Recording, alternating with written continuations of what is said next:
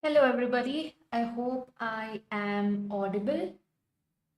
And yeah, it just took me a few attempts to actually get this live. And yeah, I think I'm live now.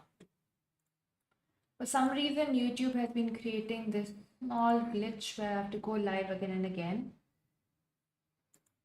If yeah, seems good right now. Let me just get that out. Hi, Nihar. Welcome to the chat. Welcome to the stream. So I hope you guys know whose games are we going to be looking at today. We'll be looking at Vidit Gujrathi's games today, which will be very interesting.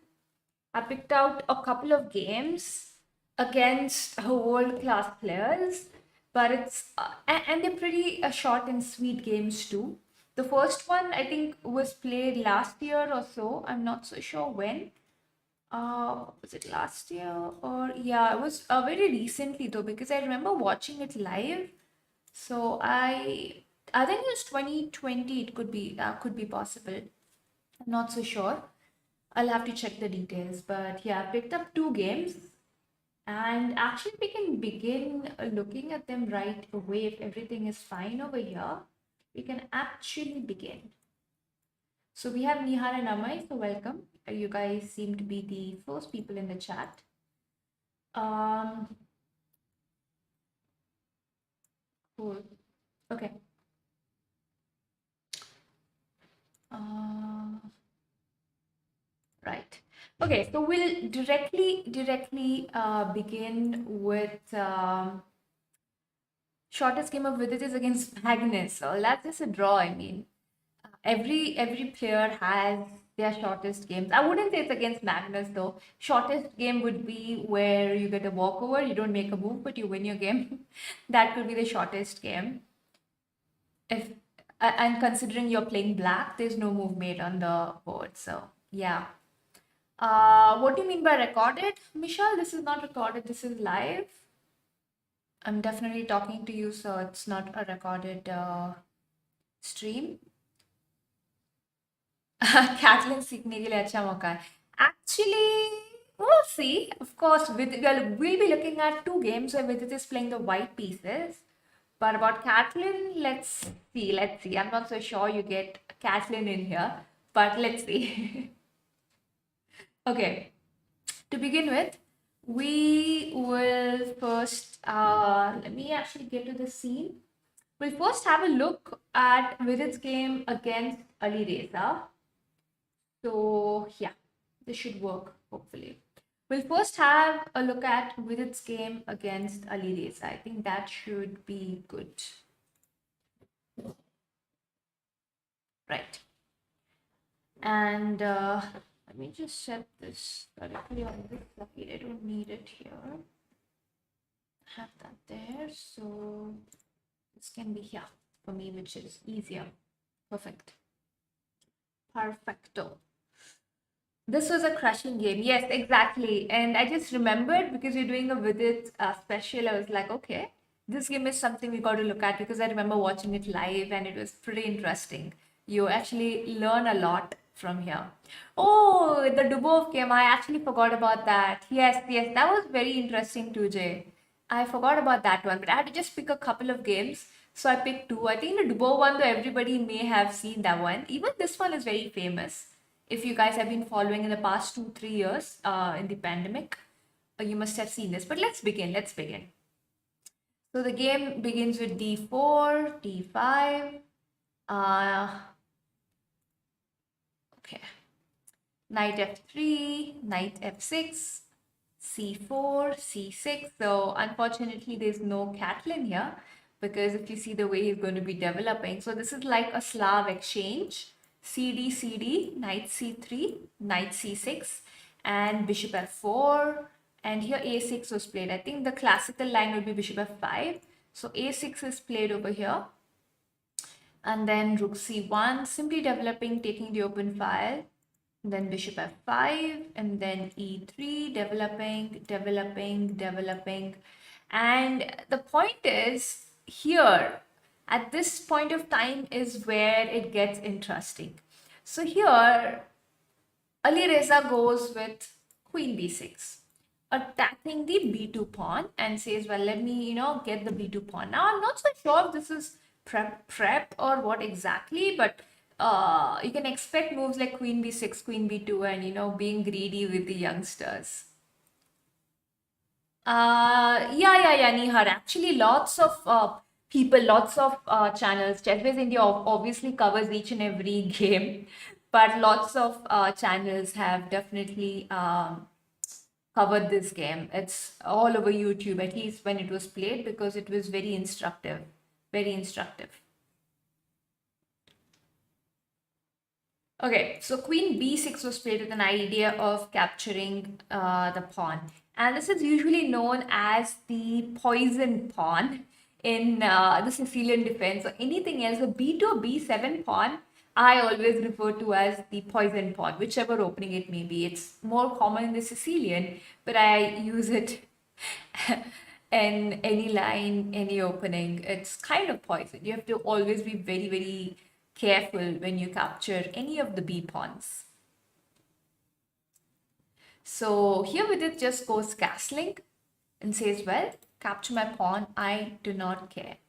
And I remember this, as per the engine, obviously this is not the best move going for the pawn. It usually never is. But Dubov may have gone for it because he has the bishop here, blocking rook b1 and stuff. So he may have thought it's still all right. That could be a reason. Or he came prepared. I'm not so sure. I'm not so sure. Because queen b2, yeah, actually, I don't know. We don't know if Ali Reza actually prepared this or what exactly. So anyway, he played queen b2. Now, what could he have done? He could have just normally probably developed castling bishop e7 and just continued the game. But he went with queen b2. And here, yes, there's no rook b1. Hi, Prince. Welcome. So we've just started looking at Vidit's games today. They'll be useful to you, Prince. If you can stay, that would be nice. So queen b2, poison pawn. And now the point is, how do we continue? Let's see if you guys can remember the game. If you do, don't just remember the move. Try to recollect the game if you've seen it. Otherwise, it's better to always calculate fresh. So calculate fresh. Where is Atul? Atul cannot make it at the moment. He will join if it's possible later. Right now, he cannot make it. So it's just me. Do you have a problem, Prince? Is it a problem that I'm alone today?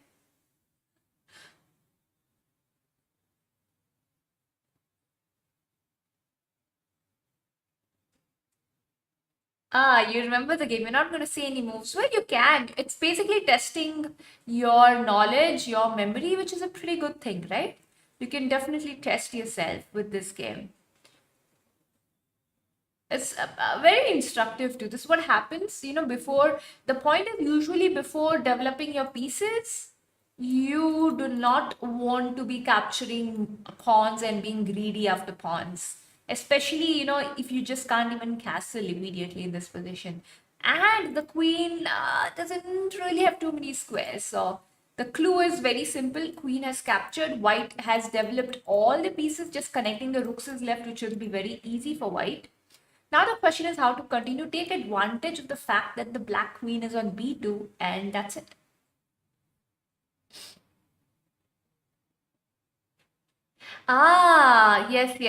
Yes. Yeah, he couldn't make it today, at least at the moment. Let's see if he can join us later.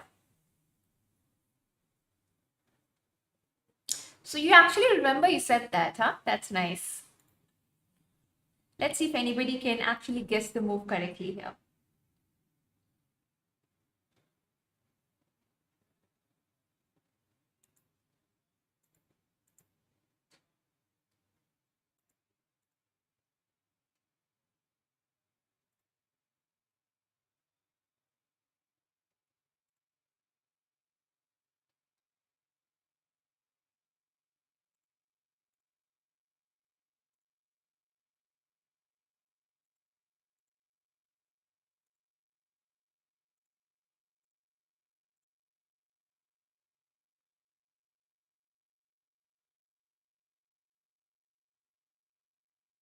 What did white play in this position? And guys, please like the stream. I see that you guys have already put a like, so thank you so much for that. Like the stream and subscribe to the channel if you have not as yet. We are on our way to 1000 subscribers and we have just 20 more subs, just 20 more left. Actually, let me put that on the screen. I think we can do that. Give me a moment as you guys guess the move. Bishop d3. What's your idea with bishop d3? Michelle, what's your idea? You just want to trade the bishops and you want to go rook b1 next. Okay, not bad. But I think if you play a move like bishop d3, right? You can go bishop d3, queen d3, and probably the queen can... Okay, cannot go to b6. There's no queen c7. Probably queen a3 then. Probably queen a3, pinning this knight. And rook b1, maybe I have moves like b5. Yeah, I guess I do. So that... I'm not so sure about b5 actually. Maybe I could just defend. Maybe I could just defend. Let me just play it out on the board. So here I was thinking queen a3 and then here rook b1. Question is, how do I defend this? I was thinking of b5, but actually I can go b5. I forgot this rook is not on c1 anymore, so I can go b5. I was thinking there was knight b5, but then the queen's hanging. Yeah, I can go b5 here. I think I can go b5. So bishop d3, I think you allow black to go safely back. Point is, you have to take initiative immediately in this position. Yeah, I get that, Prince. But still, I mean, you were there at that point of time where he said it and then you remember it. So that's what I meant. So wait, let me add, as you guys guess the move, let me add our live subscribers. That would be fun to actually to update our live subscribers. Our live subscribers. About go to analytics and how do I check?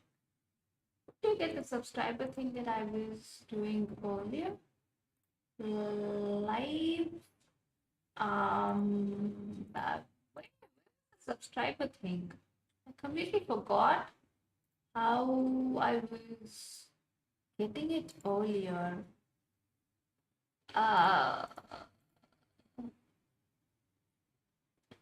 How was that? How was I doing that? Like this, I guess. Nope. I'm kind of confused. Vidit played knight a4 followed by a3.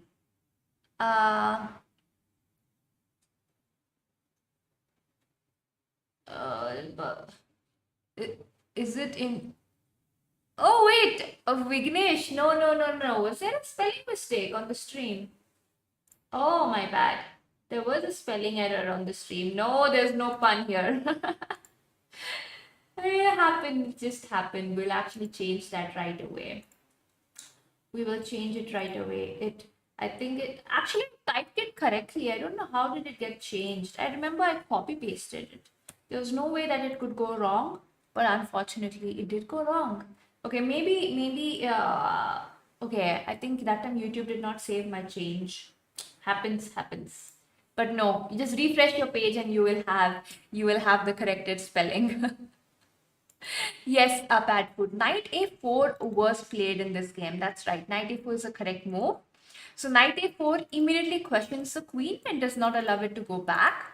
And after knight a4, another important point is you also have ideas of, knight b6, knight c5. You're opening up squares for this. Now the question is, what happens if this queen captures this other pawn? Like, are you really worried about it? Can you guys tell me what will you do for a move like queen a2? What are you going to do for a move like queen a2? I mean, Vidit is ready to sacrifice 2 pawns, b2 as well as a2. And then black has not developed very well. Now, what happened in the game, we will have a look at that. But what happens for queen a2 is my question. How should white continue after that? In the meantime, I'm trying to figure out how did I do it last time? And how was I doing it last time? View analytics. Maybe no, no, no. Probably just the dash. Ah, see live count. I got it now. I got it now. I got it now. Okay. We will add a new screen to this. I'm going to just go to studio mode and add the new source, window capture, subscribers. All right. And we capture this, but we make it small. We got to make it tiny, small, so it is visible. And that's right. Let us keep this here. Perfecto, perfecto. Okay, so I'm just going to add our subscriber count, which seems to be very useful for. We've reached 981, by the way, so thank you so much. 981. We want to reach 1,000 very, very soon. So I think this should work now. 981, I think very much visible. I have dark mode on. I think lighter mode would be better, but I think this works well. This works well. Okay, we'll get back to the game. Rook A1. Okay, interesting. With it, yeah, so rook A1. So queen A2, you're saying rook A1, right? And what happens after rook A1? What are you going to do for rook A1? What is black going to do? I mean, okay, this queen C2, then what are you going to do? Because when you play rook A1, I'm going to do this and I'm going to go for a queen trade.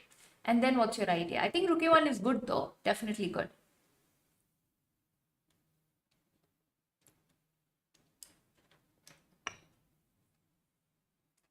Okay, let me just make some moves. So let us say we have queen C2 there, knight B6, this rook has to go to D8, I believe. I think for once we do have bishop c7, but it will be equalish even if we win the exchange because of the 2 pawns. So bishop c7 not really, I think, not the best. Maybe gain a tempo first. Let us say this bishop moves somewhere. Where is the bishop going to go? Let's say f5. I think now we have a move like bishop a6. So here we have bishop a6 and we get back material. Yeah, so I think rook a1 looks pretty good. Rook a1 looks good. But there's also another idea, which you can definitely follow with rook a1, which is actually a very good move here. Can you guys figure out? Rook a1 is the idea. But there's queen c2 and then you have to get into the end game.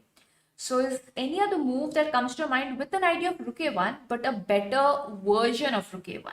So that is the question. A better version where you want to play rook a1, but you don't allow a queen trade with queen c2. You can play another move first and then go for rook a1. My stream looks fine. Okay, perfect.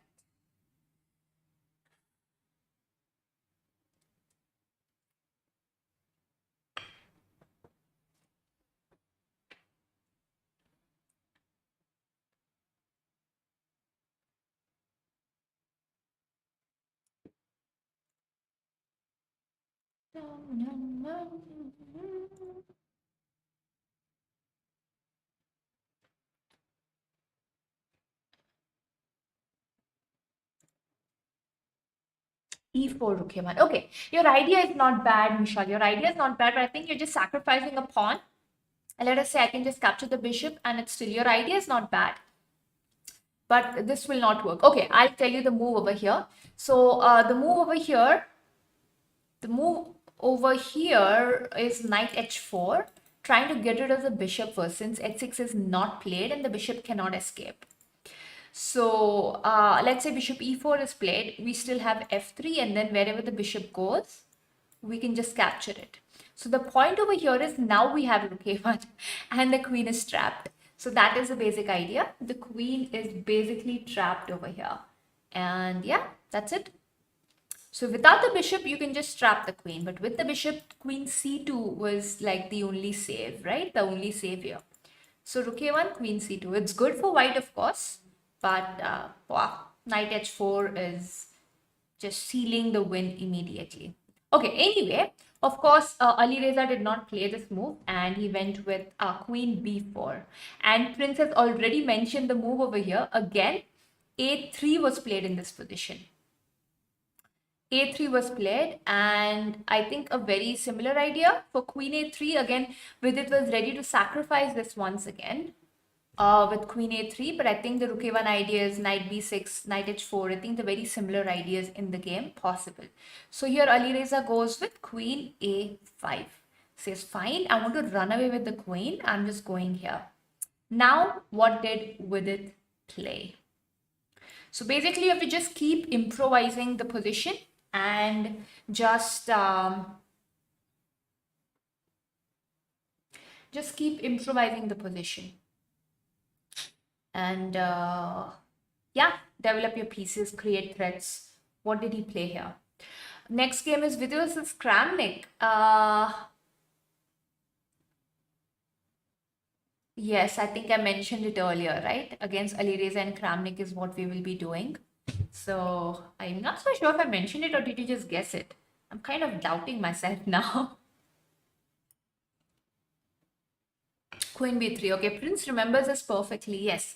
Queen b3 was played over here. Again, connecting the rooks. Queen b3, the rooks say hello to each other, which is very, very important in every game. And you're attacking the b7 pawn. A very nice, very simple move, just developing. But the important thing is, how will black defend the pawn? So black is already in trouble. Oh, you guessed it. I thought you actually remembered it because you put it instantly. So anyway, this position white seems to be already winning. Probably what Ali Reza should have done is go for the pawn over here. I think that was like the only way to continue, but it doesn't seem human to just, go and grab pawns, right? But this was, I think, the best way to continue. But anyway, the game continued with a3, queen a5. I think queen a5, if I'm not wrong, was a mistake because of which queen b3, b7 is attacked, b5 is kind of forced, which was played in the game. And now, yes, your knight is attacked, but you don't really need to care. You can care about it and you can go knight c5. I think is still good for white. But of course, the pawn structure gets ruined if the pawn goes there. So rook c6, you take the knight and queen in2 was played. And let's see if you guys can guess this move.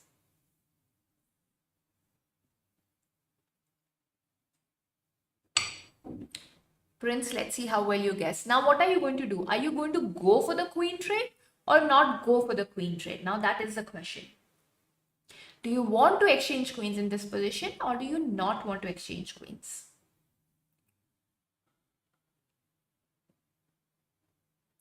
Yes, Padfoot, queen b3 was correct. What you said was right. Attack the b7 pawn, develop your pieces. So now the question is, trade or no trade?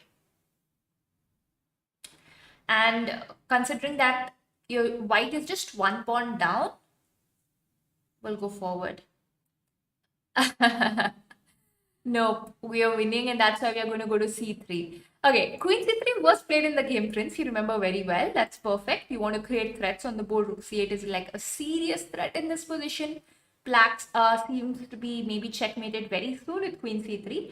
But just to consider, queen into a4 should be winning for white. This definitely, a3 can be defended. This should be winning for white regardless. I think this is winning for white because what happens, white is down a pawn, but these are double pawns and plus, aces can be falling anytime. And white is really up in development over here. And a3 cannot be captured. Let us say it's white to move and I just play rook fc1, bishop a3, then there is rook c8 and then this rook falls. So, a3 is kind of untouchable. And yeah, we can capture this pawn. So positionally speaking, if you look at the white pieces are all developed, while black pieces are not developed. So also the king, let's consider the king because the king is weak and is in the center. So exchanging queens is also practically winning. The endgame is definitely a huge advantage. Let's say a huge advantage for white. But of course, queen c3 is way stronger. Keep the queens on the board when your opponent's king is in the center and create threats. So yes, queen c3 was played. Yes, exactly, exactly. If you're attacking, you don't want to trade queens. But yes, because we are discussing, I have to mention that that is not a problem. It's not bad. It is winning. But the best move is, of course, not trading queens and playing queen c3 and just wanting to finish the game very, very soon. Hi, Samarth. Welcome, welcome. So yes, over here, black is just trying to, black sacrifice a pawn, trying to block some diagonals, and that did happen. So knight into e5, but the knight gets into the game, so that is also a problem here. And I don't know. Actually, Ali Reza's already lost here, but we're just going to go and play a few moves. So here knight e4 was played, and here Vidit said, all right, you know, my queen has to move. I don't think I have a really good square. Maybe queen b2 rook a1 was an idea, probably an idea, but I think he didn't go for it or something of that sort. But okay, what Vidit went for, I think, was just queen a1 in this position. And because, see, the piece positioning is already really good and you're no longer the pawn down. And yeah, we have already discussed about all this. So he went for this, and after queen a1, rook a1, the endgame is winning for white. So the game continued, bishop b4, of course, and then rook c into a6. Now this doesn't make too much of a difference. This rook can also capture, but when you capture with this rook, you're kind of forcing something. You have rook a8 also as a threat. So rook into, and finally black castles on move 21. But unfortunately, the game is already lost. With it is upper pawn, the e pawn, plus this d5 pawn is very weak, and the white pieces, as you see, are actually really well placed. This bishop, I think we'll get into the game very soon, but it's like a defender right now. But yeah, so this white pieces are really well placed. And okay, so he just played knight c6 over here. Now the point is, this bishop is attacked. Let's say the bishop moves to this diagonal. You're deflected the bishop, and then you have knight e7, and you can pick up the other bishop. So yeah, the bishop cannot really go here, cannot go there, cannot go there, cannot go there. If the bishop goes to d6, you capture, capture, capture, go knight e7. Bishop cannot go to e7. So the bishop is kind of stuck there. There's no other option. So black played rook c8, a last try to, doing something in this position, hoping for knight into b4 and maybe get some play, though I don't think the play is enough, but it's possible. The play is definitely not enough though. Hi, Canadian Tiger. Yeah, exactly. This game is actually very instructive. That's why I actually chose to go through this game, because, regular mistakes which players make of getting too greedy in their games. But still not over yet. Yes, Alireza was probably hoping for knight b4 here, but Vidit just played a move that just, seizes the win immediately. So yes, knight b4 is possible though. I think rook c1 was the idea, and then maybe knight e2 is not possible though here because of the back rank mate, or if not the back rank mate, you actually don't win the material yourself. Because even if you capture this, I think I'm just giving back the piece. Rook c8 would just be lost, so bishop c8, and then I can just make a flight square. Maybe g3, h3 or something of that sort. I think this should be fine. Even if you capture, I just move here. Yeah, so this is still winning for white. d5 is falling. I think knight d5, knight e7 should seize the win. So yeah, this is also winning, but I don't know. It was just a try. I mean, they're just playing the game. So yeah, the game is almost over. And after rook c8, Vidit played the move g4, says I'm just going to make my flight square. And now basically what is happening, two pieces are attacked at the very same time, and there's basically no counterplay for Alireza over here. He still tries. He says, I'll play knight c3. I'm just going to counter attack. Maybe your bishop, my two pieces are attacked, but let me counter attack, That's like the only chance I have. But Vidit just played a very simple move here. I don't need to capture anything right now. He just played this move, bishop f1, saving the bishop, no back rank issues, nothing of any sort. g2 is also free because now the two bishops are attacked, and there's no way for Alireza to save both the bishops on the very same move, considering two bishops are, one is dark squared, one is light squared, both cannot defend each other, and no piece can defend because both are hanging. They're not even defended once. So this game was over here. Alireza resigned, and it's a beautifully played game by Vidit, very instructive. And yeah, I mean, I think the point is, Alireza went to be too greedy first with queen b2, which was still all right if he continued to be more greedy. Yeah, as per the engine, I remember that it was, because then you go back being passive, then Vidit got all the play and this game was over right here. Yes, g4. Yes, g4 was played in the game though. You think f3 wins? G4 was actually played in the game. It's just a double attack move, right? And that's over after that. Hi, Chess for Fun. Mark your attendance. Thank you so much. To mark your attendance, please hit the like button too. Hit the like button. That actually marks your attendance. Classic example of a poison pawn. Yes, exactly, Padford. Exactly. It's a classic example, always learn. Also, it's about a poison pawn and taking your queen out early. Poison pawn, it's like capturing the poison pawn, usually it's with the queen, but I'm just saying taking your queen out early and then going for the poison pawn without developing your pieces. It's very important. I think, sometimes you develop your pieces, you castle your king, and then you go for the pawn, there's still a chance to defend. But when your king is in trouble in the center, there's no way you can defend after that.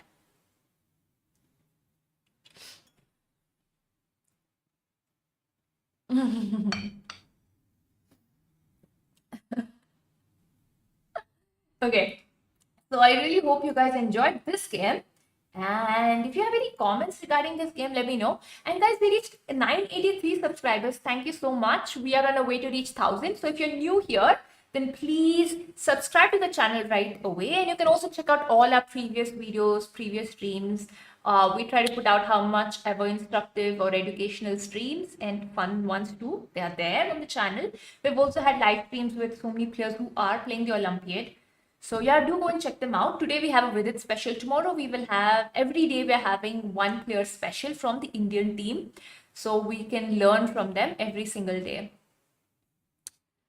Did my internet go, or did that guy actually put the loading thing? I didn't know that thing exists. I think he's just put it out there. I didn't know such an emoji actually exists. Try to make a fool out of me, no. Yeah, Canadian Tigers, I do play, of course. But lately, like we've been doing streams over here, I've not played. I will be playing very soon. I play a lot on my Twitch channel, but unfortunately, I could not stream on my Twitch channel too lately. But after the Olympiad, I'll be getting very regular on my Twitch channel. I'll be back to my schedule. I'll continue streaming on my Twitch channel for sure. So you can definitely join me there too.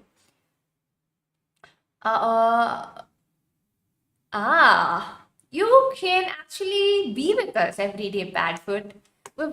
You can, if I'm not going to give the names in advance, because then there's no suspense, right? Then players will be like, I'm not interested in this player, I'm not joining. But once they join and they see the, even if they don't, if they're not a fan of the player, but their game is interesting, they'll stay. So I'm going to, I'm not going to reveal it in advance. Tomorrow the link will be out. Tomorrow morning we'll put the link and then it will be revealed. But yes, I'm definitely wanting to analyze Soumya's games very, very soon, definitely. Hi Shankadeep, welcome to the stream. My Twitch channel name, actually let me put the link in the chat. It's Nandychess. All my socials, I am Nandychess, okay? But let me just put in my Twitch channel. So you guys can also give me a follow there, and then whenever I stream, you guys can definitely join me. Lately I have not, I know, but it's been very hectic for me. Let me put that thing in the chat. Hold on. Yeah, this is my Twitch channel. You guys can check out.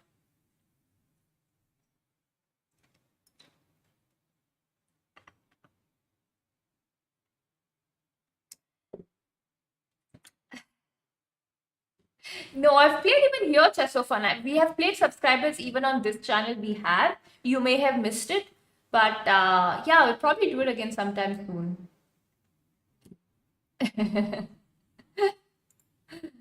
It gets hectic, guys. It gets hectic. Make how much fun you want. No worries. Okay, let's actually hop on to the next game. The next game is against the one and only Vladimir Kramnik. One and only Vladimir Kramnik. is a wonderful player. As you see, he used to be 2800 at one point of time. He's one of the few players who has crossed 2800 in chess history. I don't play tournaments anymore. I do. I could not play. We didn't have tournaments for about more than 2 years in India. So, yeah, 2 years we didn't have tournaments, and actually 2.5 years, 2 years with 2 years, 3 months, or yeah, almost 2.5 years we didn't have tournaments in India. And then when tournaments began, I got this Olympiad opportunity, I got this streaming opportunity. So it was not possible for me to play. But once the Olympiad is over, I'll play again because it's going to be 2.5 years very soon. It's actually 2.5 years I've not played a tournament. And right before I played my last tournament, I mean, the year before I stopped playing because of COVID, because of the pandemic, I actually played a lot of tournaments that year. I think I played the Goa GM tournament. I played the National Women's Championship. I played the National Open Championship. I played a few more rating tournaments here and there. I actually played quite a bit. So Prince always reminds me to keep playing, and I will. Just hold on, guys. It's got really hot over here. Just give me a second. I will be back.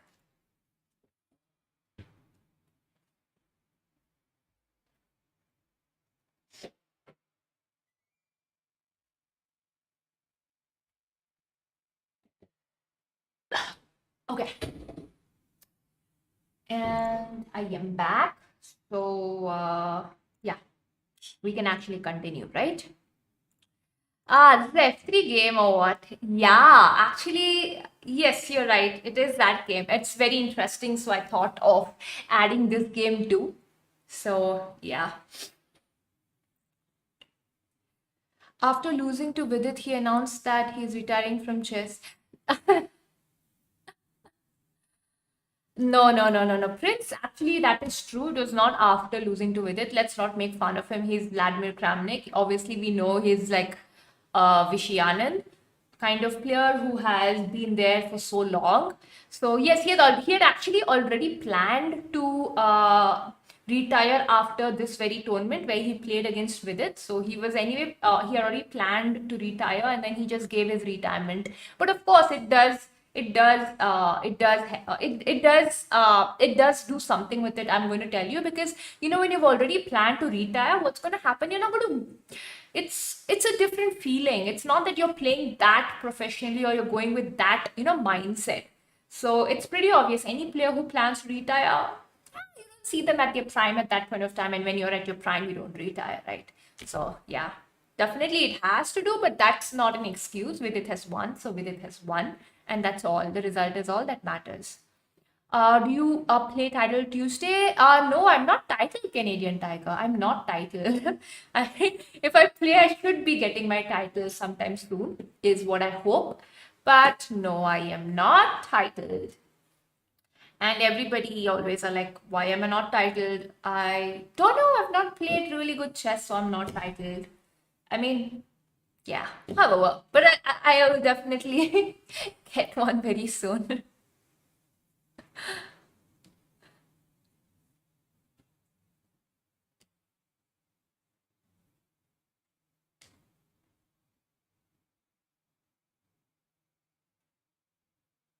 Yeah, those are chess books. Yeah, there are a lot of books. That's right. Not that I've gone through all of them, but there are a good amount of them. My setup looks aesthetic. Thank you so much. Yeah, I try to make it as much as possible. So yeah, we have the chessboard too over there. Basically, my streaming setup, I use this when I'm streaming, my table, and that's my other table, which I also make use of. And not that I practice chess, which I should be practicing soon if I want to play, but I use it for my other stuff, whatever other activities I do. The board is not there. Remove it and do my other work there.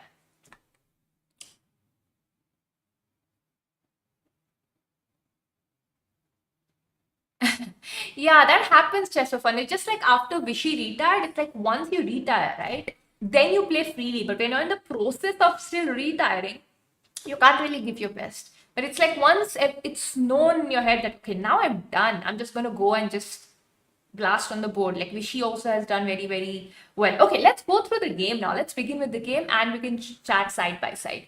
So the game began. D4 as usual, we have Vidit. Knight f6, c4, e6, knight c3, bishop b4. I don't know what exactly. This is actually, you don't, okay, yeah. So this is the f3 one, as you guys were saying. So when are you planning to become a GM? To be honest, Canadian Tiger, I do not plan to become a GM. I do not. I never had the goal of becoming a GM. I never had like prior, if you asked me 2 years, actually 3 years ago, I had no goal of even becoming a title player. I should just play tournaments because I like to play, meet people. I mean, that was my only thing. I maybe like to play some chess here and there. But I think it's like 2.5 years ago. I actually, before I stopped playing my tournaments, I played I think 2 or 3 tournaments I played very seriously. I played very seriously. In one tournament, I increased to 50 points in the Goa Grandmaster tournament, where I also missed my norm, by the way. Like I just needed my opponent to get to the board. Second last round, I was playing for the WIM norm, but my opponent did not turn up, and then yeah, my opponent was supposedly sick, and I was actually very excited to play my opponent because he was about 21-2200, but had a terrible tournament, and yeah, I had a terrible tournament and about minus 70, 80, and I'm having a plus 50. So you see the confidence levels, but he didn't turn up. And I did not need any title players because from the start, it's like first round itself, I beat an IM, then I played a GM, then I drew against another IM, I beat a WIM. So I had already my 5-6 title players already done earlier. All I needed was, just for the player to come and, that's it. But he didn't turn up. I missed it. No regrets. It happens. And the next time, I'm always a choker. So if I didn't choke, then somebody else would choke it for me, and that's what happened. Then the next tournament, National Women's, I started off very well. I beat Pratusha, then I drew with Michelle. I got all points against the title players. I played enough title players. But then I lost to a 1500, and then I lost my chances of a norm and everything. Everything was gone in the gutter. Then my tournament went bad. So yeah, but I did increase. A decent amount of points, but yeah, whatever. So yeah, I usually choke it up. And then the next tournament, National Open, I went. I was literally not interested in chess those days. I think it was in Sikkim. I just wanted to go roaming and no idea. I just wanted to enjoy it there. I did not do well. I did not give my 100%. I had a minus 50 there. So that's how I ended it that year. But at those 3 tournaments, actually Sikkim, I did not really play with any goal in mind. Did not play with any goal in mind. But yeah, that's it. So just in those 2-3 tournaments, I got a feeling that maybe I can, go for a title and play for norm. So I tried, but it didn't happen. And now when I play, I will try again. Let's see. It's quite aggressive and sharp to play f3. Yeah, exactly. So yeah, here f3 was played. How many yellow points? I think I'll have to begin at WCM, Prince. So what is my current rating? I'll need a few points. I think 2-3 tournaments should do, unless I have a huge increase in the first tournament. But since I'm 1900, it doesn't happen that easily. You need to play really strong tournaments for that. And in my life, I've not really played too many GM tournaments. I've like mainly played open tournaments in India all around. So you get a lot of lower rateds too. And there's always a huge chance of decreasing, which has happened. It's like you remain stable there. Even if you beat a high rated, you draw against a lower rated, you lose against a lower rated, it kind of equalizes. I don't know. I think it's about 80 points or so. I think I require for maybe first for WCM. I don't know exactly. I think 2100 is next. First, I'll have to begin with WCM. And then WFM. But since it's just going to be the start of my career, if I consider it, because I never had the goals earlier, I think I'll get there if I begin practicing and going and playing for it. I think I can get there for sure. But I don't have big goals. because I want to do a lot in life. It's not just chess. I don't want my life to just be chess, become a grandmaster, just be in chess. I don't want that. I want to do a lot in life, different things. Like I want to stream, I want to have YouTube, and not just chess. I want to have different things. I want to also get into painting and stuff. I really love doing that as a hobby. I have many more things that I like to do. I have a lot of things I like to do. So I want to do those things too. I don't want to be just doing one thing in life. So yeah. Okay, let's begin with the game. Let's continue. So f3 was played here and d5. So I think once d5, this actually becomes a Ragozin, right? After d5. Before d5, I think it's considered the Nimzo. Maybe Nimzo overall, what do you call it? But otherwise, it's known as a Ragozin variation. But anyway, d5. So a3, bishop c3, bc3, c5 was played, breaking open the center. Because f3 has been played, white really cannot develop. So this is a very good way to open up for the black pieces. And then cd5, ed5 was played. So basically, this game, there was this game, if you guys remember, I remember following it live, I think on a live stream, I'm not so sure, on the live stream for sure, where Magnus and Anand played this variation, and Magnus won this game creating 2 queens on the board. So this is the very same line, but few changes of course, but yeah, ed5. So e3 was played and then c4. So basically stopping the development of the bishop, and e4 cannot be played immediately. So yes, this is how it goes. I'll actually go down.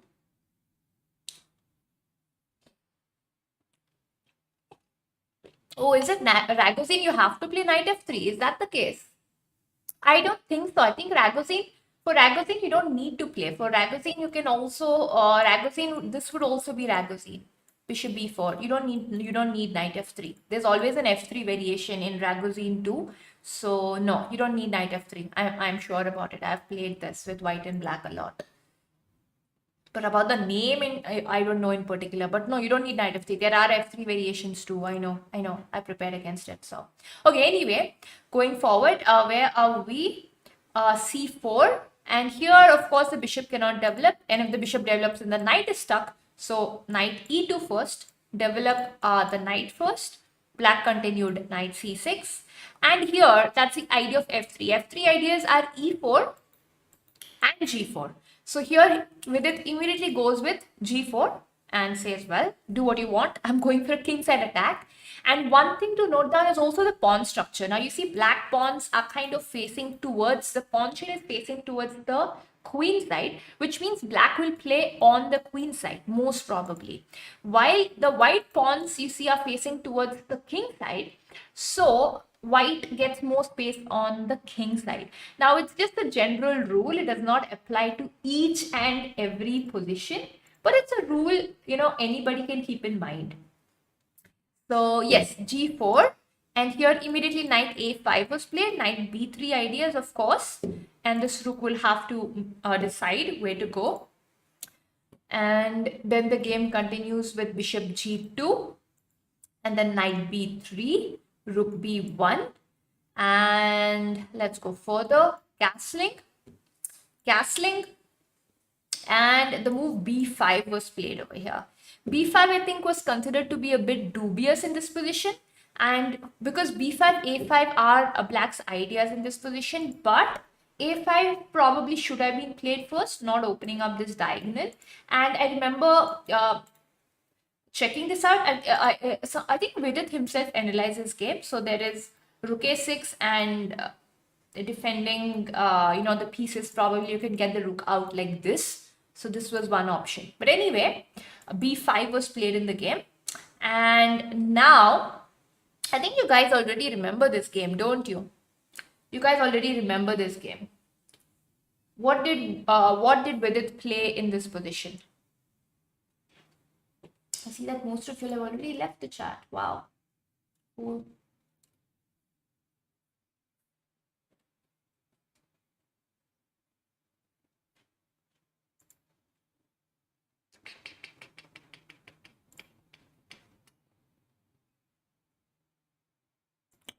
Bishop, what do you say? Bishop BR3, break the center. Break the center. Wow.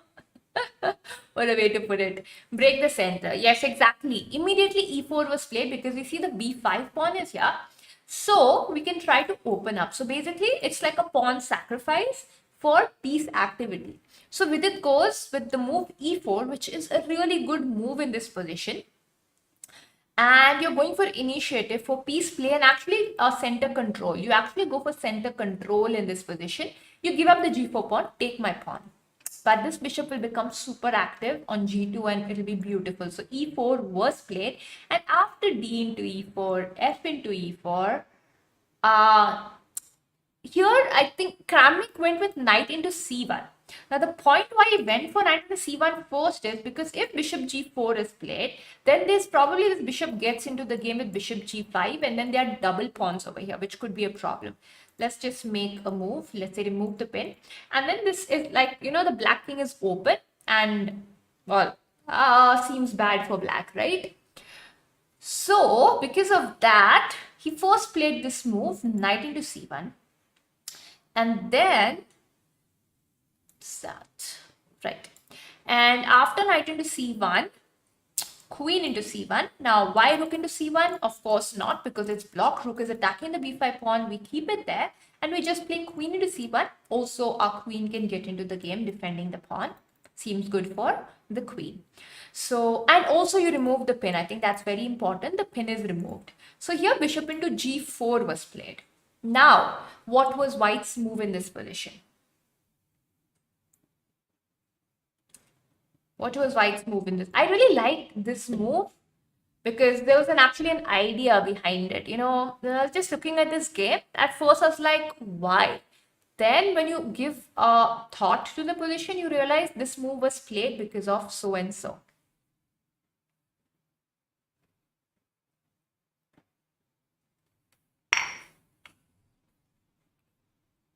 What did Vidit do over here? Yes, the knight is attacked. Do you remember the game, Prince, or are you just guessing the moves? Do you remember the name? Yes, knight f4 was played. But what is the difference between knight f4 and knight g3? Because usually in these kind of positions, knight g3, knight f5 are like normal ideas, right? With queen g5 coming on the board. That's usually the way, which we have e5, d5 also on the board. So why knight f4 and why not knight g3? You remember the game? Because when I gave this position a thought, I was like, what is the difference and why knight f4, which is not the most usual way to continue. Usually you go knight g3 in these positions, keeping the file open, keeping threats on the board. There is a small reason. There is a small reason to why knight g3 was not played. Actually, let me put forward what came to my mind. Now, these are all my own analysis, okay? These are all my own thoughts to what I realized when I was checking it out. So the move knight f4 helped white to play e5 because then the bishop and the knight both will control this d5 square. But if the knight is on g3, then after e5, black gets knight d5 and, you know, blocks this diagonal. So because of that, knight f4 seems to be the better option.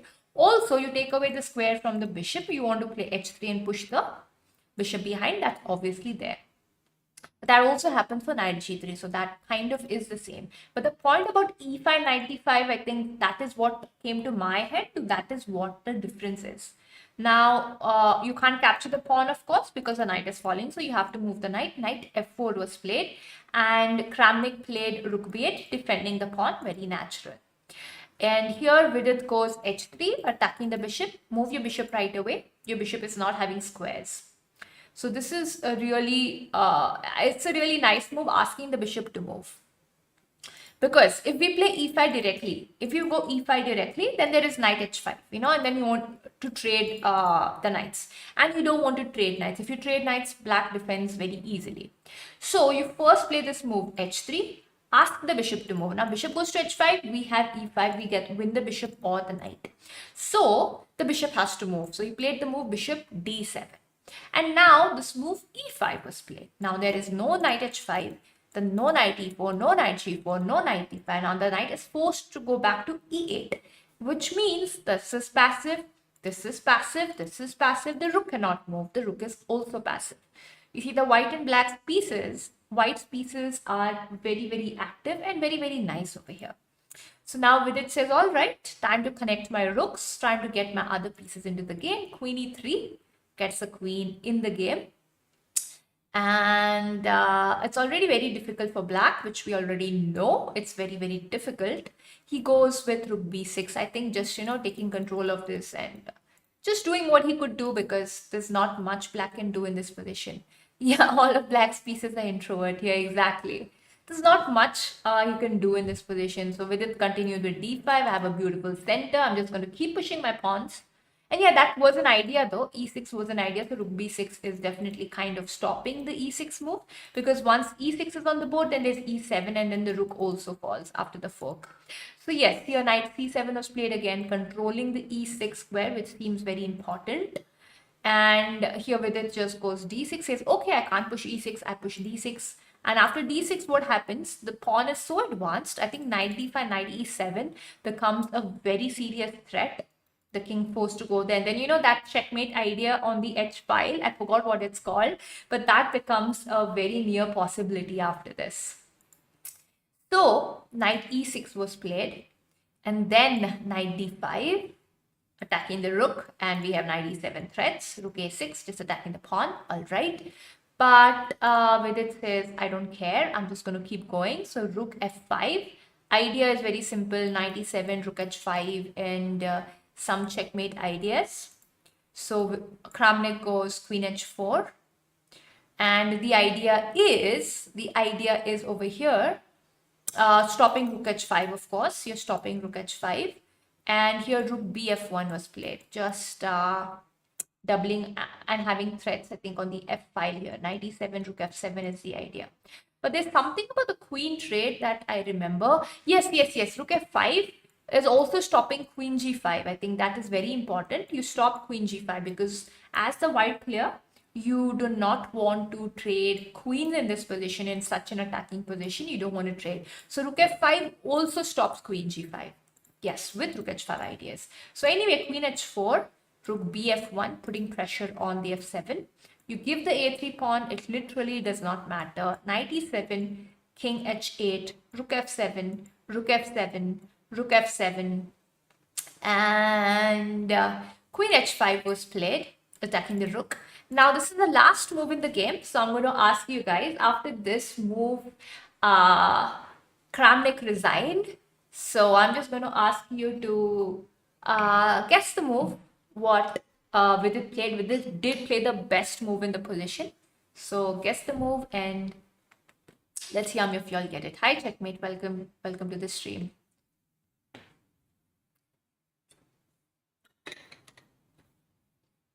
And we got 25 likes. Thank you so much, guys. 25 likes. Let's make it a 30 if possible. If you guys can hit the like button, we can make it a 30 likes. That would be really helpful.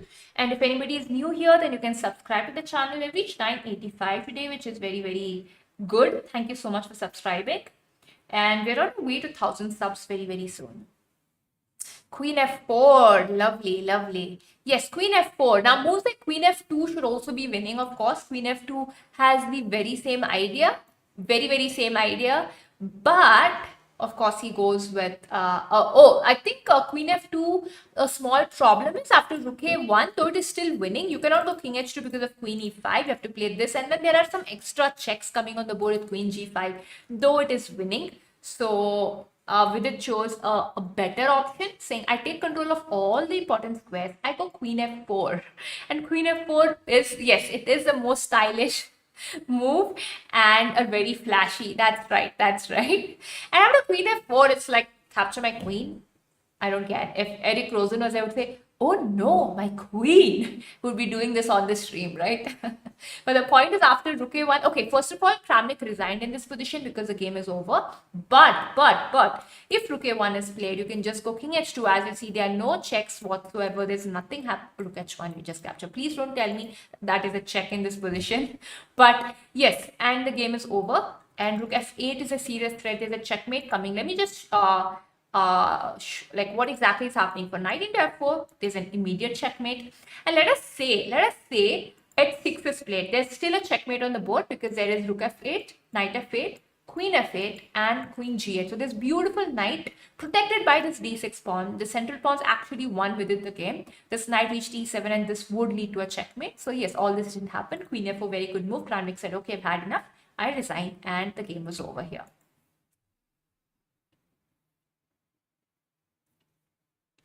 Yes, I've seen the annotations, Chess So Fun. I've seen them. I think it's analyzed by Vidit himself, right? Vidit himself has analyzed it.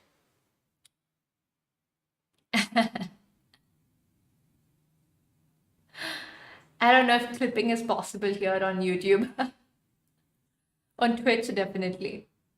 But I think you can anybody can download the video and then clip, right? But I think the clipping feature did come. It did come in, right? I don't know, on YouTube, I did see that the clipping feature was available, but I don't know if it's available for everybody, what exactly.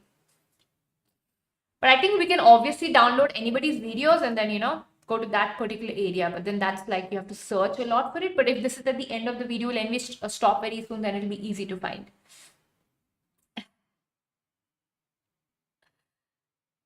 Yeah, so queen f4 and the game ended. So yeah, so I think that is it for today. We've had a nice stream having a look at Vidit's games. Very nice games, 2 games, one versus Ali Reza, the next against Kramnik. I think a very instructive games that we've had a look at today. Yeah, that's true. You don't beat a world champion so beautifully every day. That's true. You don't beat one, first of all, every day. And then this beautifully with queen f4 ending the game. Definitely not.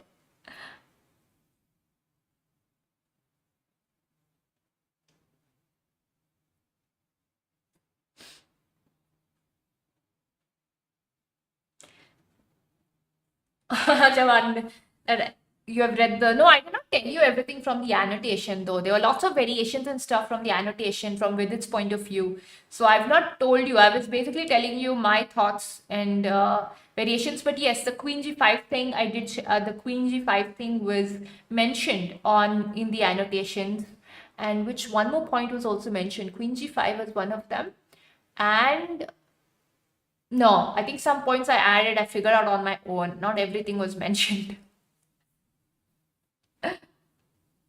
But yes, also the game between Anand and Magnus was mentioned in the annotations. But I anyway watched that game earlier live when it was being played. But obviously, I would not remember the variation because I don't have great memory. But yes, that game also helped. Hi, Bibu Brata Sahu. Welcome to the stream. If you're new here, please like this video, subscribe to the channel, and help us reach our goal of 1,000 subs very, very soon. Oh, there is a clip button. I didn't know that. I did not know that. Maybe I don't see it because I'm the manager of the channel. I don't know. Hi, Shlok. Welcome. I'll have to say bye to you very soon. This is a fun stream. Yes, thank you so much, Pad. We will also be streaming tomorrow every day, basically. So join us every day for these instructive fun streams. That would be very, very nice if you guys could join us. Is there a free site for annotated games? I don't know actually, Chess for Fun. There definitely will be. You can just Google and check out. Honestly, I have not checked it out. I don't know. I use ChessBase as a regular chess player, so I just get the games there. But they will be for sure.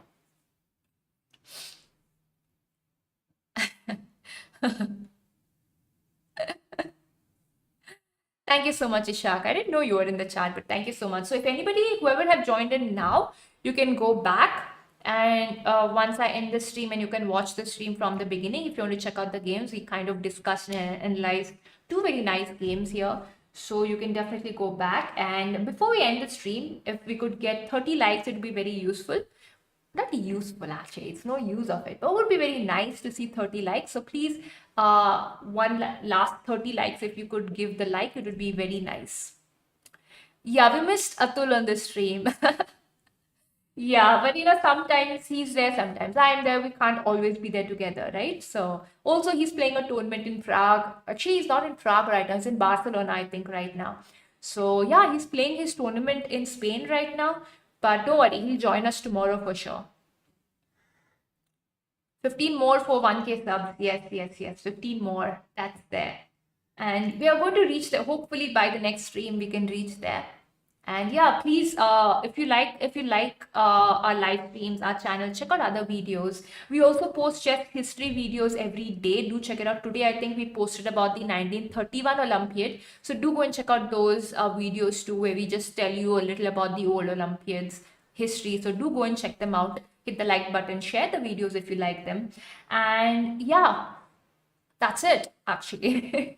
And share this channel link with anybody else who you know is a chess enthusiast and loves chess, would love to join the live stream. Share it with them too. And yeah, that's it for today. I think we will actually end the stream today. Free software, okay. Did not have annotated games. I'm sure you'll get the annotated games online. I'm sure now everything is available online. So you can definitely just Google it, check for it, you'll get it for sure. I'm sure it's available.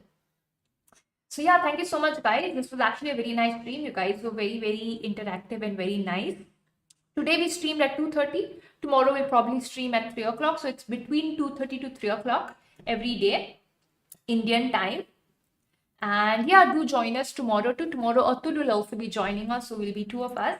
And yeah, we'll see you tomorrow. Thank you so much for joining. I really, really enjoyed this stream. It was actually fun. And yeah, bye.